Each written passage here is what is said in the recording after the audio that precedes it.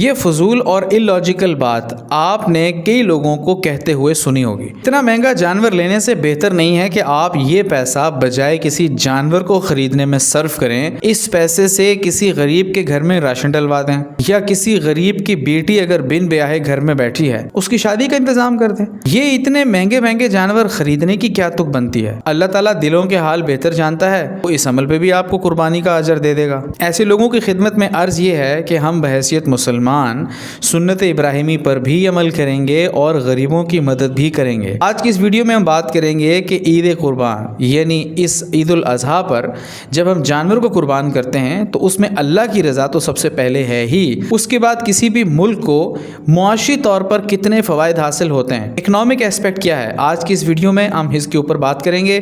Video کو آخر تک ضرور دیکھیے گا۔ عید الاضحیٰ کے موقع پہ جو بھی اکنامک ایکٹیویٹیز ہوتی ہیں اس کی ایک طویل فہرست ہے، لیکن اس میں پہلا پوائنٹ ہے لائف سٹاک انڈسٹری کا بوسٹ۔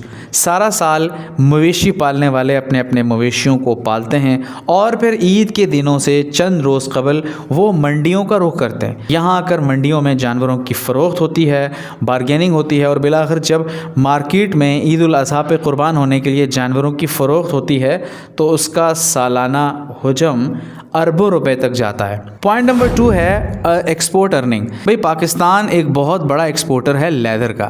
یہاں سے لیدر کی یعنی چمڑے کی مصنوعات پوری دنیا میں جاتی ہیں۔ لیدر سے آپ بہت ساری چیزیں بناتے ہیں، جیسے آپ جیکٹس بناتے ہیں، آپ گلوز بناتے ہیں، آپ شوز بناتے ہیں، بیگز بناتے ہیں، لا تعداد چیزیں ایسی ہیں جو نہ صرف یہاں سے بن کے پاکستان کی اپنی ضروریات کو پورا کرتی ہیں بلکہ ایکسپورٹ ہوتی ہے، اور اس ایکسپورٹ کے ذریعے پاکستان کا ایک بہت بڑا ذریعہ مبادلہ پاکستان کے اندر آ کر اکانومی کے اندر ایک بہت بڑا اور کلیدی کردار ادا کرتا ہے۔ وہ تمام ممالک جو پاکستان سے لیدر کو امپورٹ کرتے ہیں ان میں یونائٹڈ اسٹیٹس، جرمنی اور یونائٹڈ کنگڈم شامل ہیں۔ تیسرا پوائنٹ بڑا دلچسپ ہے اور وہ ہے امپلائمنٹ اپرچونٹیز، یعنی لوگوں کو ان دنوں روزگار مہیا ہوتا ہے۔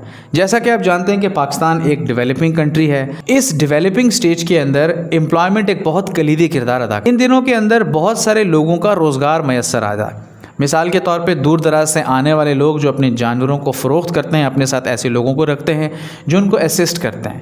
نمبر 2، ایسے علاقوں کے اندر جہاں پہ بہت بڑی بڑی منڈیاں ہیں اسی کے آس پاس چھوٹی چھوٹی مارکیٹس بھی کھل جاتی ہیں جہاں پہ کہیں چارہ فروخت ہو رہا ہے، کہیں پر جانوروں کی زیبائش و آرائش کے لیے، انہیں کچھ پہنانے کے لیے خوبصورت چیزیں فروخت ہو رہی ہیں۔ جتنی بڑی اکنامک ایکٹیویٹی ہوگی اتنی ہی زیادہ تعداد میں لوگوں کی ریکوائرمنٹ ہوتی ہے۔ پھر یہاں پر جانوروں کو منڈی تک لانا اور پھر فروخت ہونے کے بعد خریدار اس جانور کو لے کر اپنے گھر تک جاتا ہے۔ اس کے لیے ٹرانسپورٹیشن یعنی بڑی تعداد میں گاڑیوں کی ضرورت ہوتی ہے۔ جتنی زیادہ گاڑیاں درکار ہوں گی اتنی ہی زیادہ تعداد میں ڈرائیورز کی بھی ضرورت ہوگی۔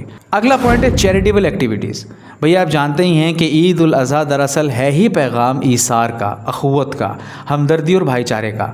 آپ دیکھتے ہیں کہ جب ہم قربانی کرتے ہیں تو اس کے بعد ہمارے جانور، اس کا گوشت تقسیم کیا جاتا ہے، اور خاص طور پہ گوشت کا ایک اچھا خاصا حصہ غربا کے اندر تقسیم کیا جاتا ہے، ایسے لوگ جو افورڈ نہیں کر پاتے۔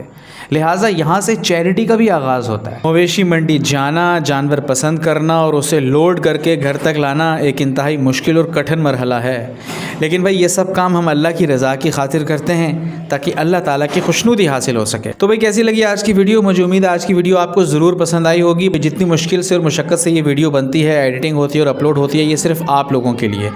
مجھے امید ہے یہ ویڈیو آپ کو پسند آئی ہوگی، سمجھ میں بھی آئی ہوگی، تو ویڈیو پہ ایک لائک اور ایک چھوٹا سا اچھا سا کامنٹ تو ضرور بنتا ہے۔